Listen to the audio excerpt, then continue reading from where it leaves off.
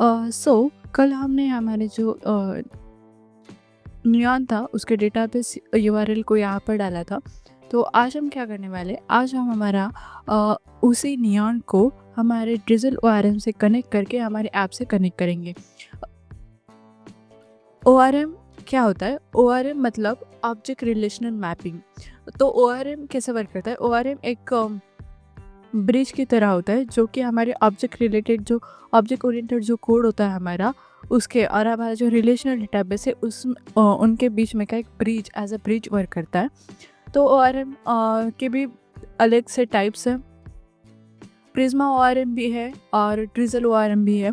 हम इस बार यूज़ करने वाले ड्रिज़ल ओआरएम, जो कि एक बहुत ही इजी एंड सिंपल वे से हमें मैनेज करने देता है। उसके लिए हमें अलग से कोई जो सिंटैक्स हो वो लर्न करने की ज़रूरत नहीं है। वो सिंपली हम हमारे टाइपस्क्रिप्ट या फिर जावास्क्रिप्ट जो भी है उससे लिख सकते हैं। प्रिज्मा थोड़ा सा हाई लेवल है। अब हमें वो कैसे करना है हमारे ऐप में इंस्टॉल, वो देखते हैं। उसके लिए हम जाएंगे हमारे नियॉन के डॉक्यूमेंटेशन पर। यहाँ से हम स्टेप बाय स्टेप जो है कर सकते हैं कि हमें हमारे जो ORM है वो ज्वाइन करना है। यहाँ पर नियॉन ORM गाइड्स में इसके डॉक्यूमेंटेशन में हमें ये सारे इसके स्टेप्स जो है वो मिल जाता है। यहाँ पर हमें अलग अलग ORM दिख रहे हैं जिसमें से हम यूज़ करने वाले हैं ड्रिज़ल। ड्रिज़ल में हमें क्या करना है कि यहाँ पर नीचे स्टेप्स दिए होते हैं जो कि हमें करने होते हैं स्टेप बाय स्टेप। तो ये हमारे सारे प्रोजेक्ट, ये जो स्टेप्स है वो तो हो गए, ये भी हमने ले लिया था। अब नेक्स्ट हमें क्या करना है कि ये जो है इसे इंस्टॉल करना है। तो फर्स्टली हम npm install ड्रिज़ल ORM कर लेते हैं। यहाँ पर ये इंस्टॉल हो जाएगा और उसी के बाद हमें ये वाली जो कमांड है वो इंस्टॉल करनी होती। हमें इसे नियॉन सर्वरलेस यहाँ पर कनेक्ट करना है, इसलिए हम ये ऑप्शन चूज़ कर रहे हैं। वरना आप Neon web socket, noscript, Postgres and Postgres अगर चाहिए तो वो भी यहाँ पर इंस्टॉल कर सकते हैं। ये हमारा हो गया। अब इसके बाद फेस करेंगे नेक्स्ट कमांड एंड एंटर करेंगे तो npm install ड्रिज़ल किट जो है वो यहाँ पर इंस्टॉल हो जाएगी। अब नेक्स्ट स्टेप जो है हमारी, वो है हमें एक फ़ाइल क्रिएट करनी होगी drizzleconfig.ts नाम से, और उसी में हम ये जो कोड है वो डालने वाले हैं। यहाँ पर जाकर मैं एक फ़ाइल क्रिएट करूँगी drizzle.config.ts की जगह हम यहाँ पर JS लेंगे, क्योंकि इस बार हम टाइपस्क्रिप्ट नहीं जावास्क्रिप्ट यूज़ कर रहे हैं इसी के लिए। एंड इसके बाद हम हमारे यहाँ पर की ये फाइल जो है इसे कॉपी करेंगे और यहाँ पर पेस्ट करेंगे। सिंपली हमें यहाँ पर क्या करना है कि SRC ये जो है यहाँ से रिमूव कर लेना है, क्योंकि हम जो यहाँ पर SRC फोल्डर है वो अभी नहीं बना रहे हैं। इसके लिए हम डायरेक्टली इसे schema.ts में डाल देंगे और ये हो गया। हमारे इन्वायरमेंट वेरिएबल में हमें यहाँ पर ये जो है कुछ इस तरीके से करना होता है, वरना वो हमें एरर दे सकता है। और यहाँ पर हमें JS देना है क्योंकि हम JS यूज़ कर रहे हैं। और फाइनली हमारी ये ऐप हो गई। और फाइनली इसके बाद हम एक और फाइल यहाँ पर बनाएंगे जो कि होगी db.js, जो कि क्या करेगी, हमारे डेटाबेस को इनिशियलाइज एंड एक्सपोर्ट करेगी। नेक्स्ट स्टेप होगी हमारी वही, जिसके बाद हमें यहाँ पर भी दिखाई दिया है कि db.ts एक फ़ाइल बनानी है हमें और उसमें ये जो कोड है वो पेस्ट करना है। इसे कॉपी कर लेते हैं एंड यहाँ पर होगा पेस्ट। सिंपली हम यहाँ पर एक कुछ इस तरीके से, अगर हमारे डेटाबेस में URL नहीं है तो हम एक एरर थ्रो करेंगे कि हमारा जो डेटाबेस URL है वो अभी इन्वायरमेंट में सेट नहीं है। अगर हो तो फिर ये जो लॉजिक है वो सेम रहेगा। हम यहाँ पर क्या करें कि हमने यहाँ पर एक न्यू SQL का इंस्टेंस क्रिएट कर लिया जो कि हमारे डेटाबेस URL को नियॉन में फेच करेगा। एंड देन फाइनली हमारे ड्रिज़ल ORM में एक्सपोर्ट कर देगा ताकि हम उसे दूसरे फाइल में भी इंपोर्ट कर सकें। इसके बाद फाइनली हम हमारा जो स्कीमा है वो क्रिएट कर सकते हैं। तो उसके लिए हमें यहाँ पर एक schema.js फाइल बनाएंगे हम यहाँ पर, जिसमें हमारा जो स्कीमा है वो डिफाइन कर सकते हैं। तो वो होगी हमारी नेक्स्ट स्टेप, जिसमें हमें एक स्कीमा क्रिएट करना है। तो ये हम यहाँ से कॉपी कर लेंगे यानी यहाँ पर पेस्ट कर लेंगे। तो हमें इसको हम नाम देंगे कार्स, एंड जो डेमो यूज़र यहाँ पर भी हम कार्स लिखेंगे। और अब यहाँ पर हमारा जो भी स्कीमा है वो डिफाइन कर सकते हैं, जैसे कि हमने कल किया था कि हमारे पोस्टग्री सिक्वल जो हमें dbfiddle.com पर गए थे वहाँ पर हमने एक स्कीमा क्रिएट करा था, वैसे हम ओरिजिनल में अब हमारे डेटाबेस में एक स्कीमा क्रिएट कर रहे जिसमें कि हम हमारी जो वैल्यूज़ है वो डाल सके। तो इसके लिए ये जो आईडी फर्स्ट है आईडी सीरियल होगी, सीरियल आईडी एंड प्राइमरी की, ये तो सही है। इसके बाद हमें लेना है कि मेक क्या होगा, मेक होगा एक varchar, और हमें varchar इंस्टॉल करना होता है DigitalORM MySQL कोर से। एक्चुअली varchar हमें इंस्टॉल करना होगा हमारे इसे हम एक बार डिलीट करके varchar जो है हमें PG कोर से इंस्टॉल करना है, ना कि हमारे MySQL कोर से। PG कोर से मेक श्योर कि आप भी PG कोर से ही इंस्टॉल करें। और कुछ इस तरीके से हम ले सकते हैं। यहाँ पर इसकी लेंथ जो है 100 ही लेंगे और यहाँ पर भी 100। तो हमें varchar में मेक एंड लेंथ डिफाइन करनी है, एंड इसकी जो वैल्यू होगी वो होगी नॉट नल। इसके बाद होगा हमारा ईयर, जो कि हम रखने वाले एक integer value as year and not null. और जो हमारी प्राइस होगी वो होगी न्यूमेरिक प्राइस, और यहाँ पर प्रिसीजन 10 एंड 2 लेकर हम कुछ इस तरीके से यहाँ पर कर सकते हैं। प्रिसीजन 10 एंड स्केल होगी 2, यानी कि हम 10 तक इसकी वैल्यू जो है वो ले सकते हैं, एंड इसकी डेसिमल पॉइंट होगी 2 एंड नॉट नल।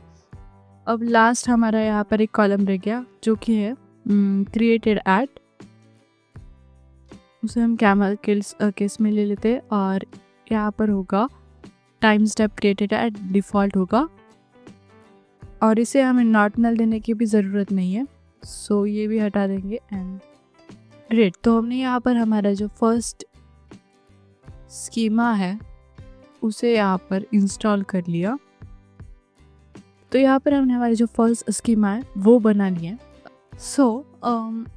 अब इसी स्कीमा को अगर हमें एक्चुअल में एक टेबल क्रिएट करना होगा हमारे डेटाबेस में, यानी कि हमारे नियॉन में, तो हमें यूज़ करना होता है माइग्रेशन।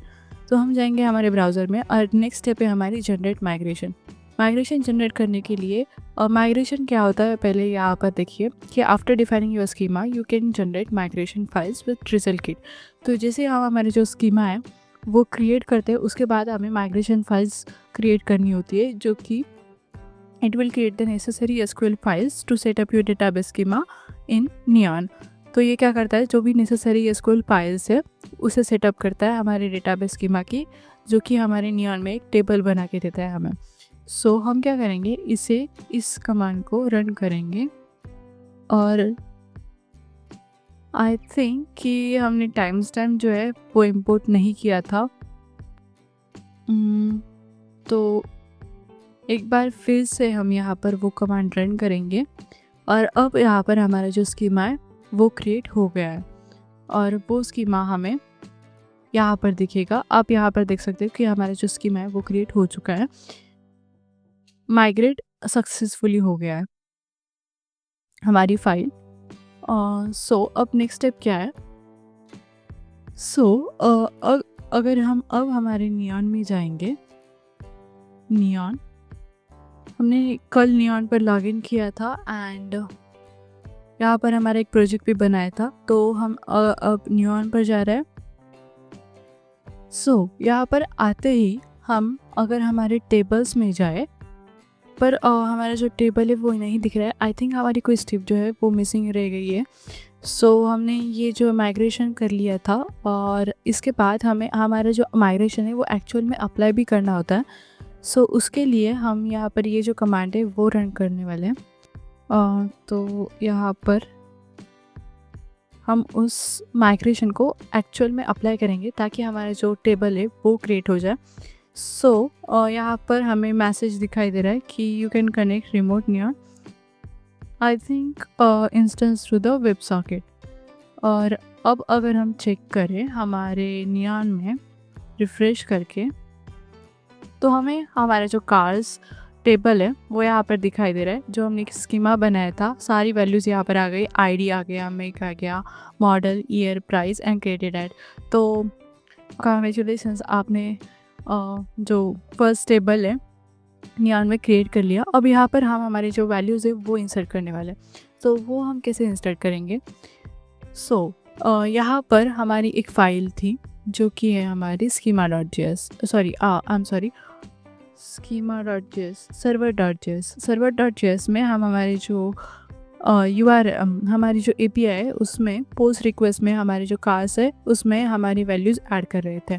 तो इंस्टेड ऑफ एक डमी डेटा जो हम एक्चुअल में डाल रहे थे, उसके अलावा हम क्या करेंगे, एक्चुअल में हमारा रियल डेटा अब हमारे नियॉन डेटाबेस में सेव करने वाले हैं। अब यहाँ पर हम क्या करेंगे कि इंस्टेड ऑफ दिस हम एक जो यहाँ पर हमारा कार का डेटा पुश कर रहे थे, इंस्टेड ऑफ दिस हम एक्चुअल में हमारे जो डेटा है उसे डेटाबेस में ऐड करने वाले। तो वो हम कैसे करने वाले, इसके लिए मैं लूँगी यहाँ पर const new car is equal to, और जो न्यू कार है ना वो हम कुछ इस तरीके से लेने वाले हैं, इज इक्वल टू ये होगा अवेट। तो हमें फर्स्टली तो इस फंक्शन को असिंक फंक्शन बनाना होगा, क्योंकि जब हम डेटा इंसर्ट करते हैं तो उसमें टाइम लगता है। इसके लिए हम इसे असिंक्रोनस फंक्शन बनाने वाले हैं, जिसमें हम क्या करेंगे, db डॉट इंसर्ट, जिसमें हम क्या इंसर्ट करेंगे।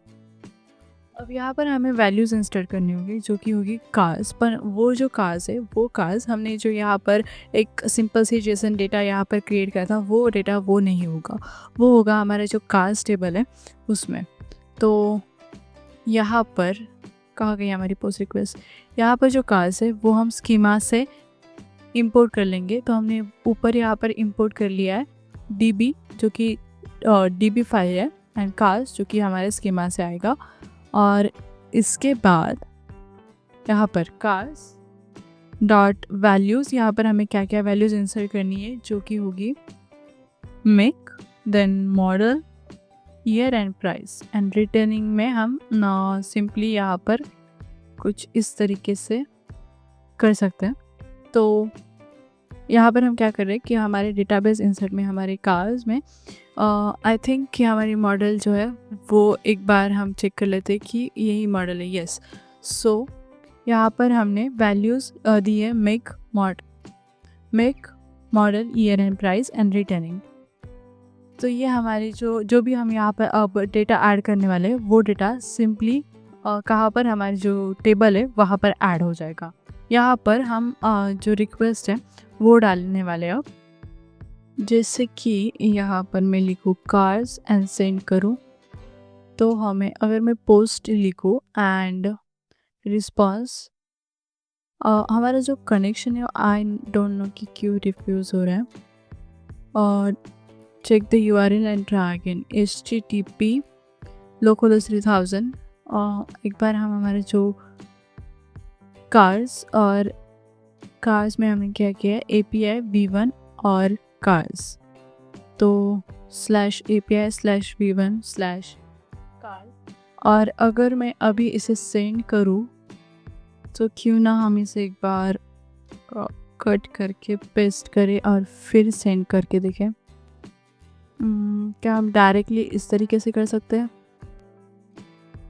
सो आई थिंक कि हमें हमारी ऐप रन करनी है। हम यहाँ पर कर लेते हैं npm run dev, और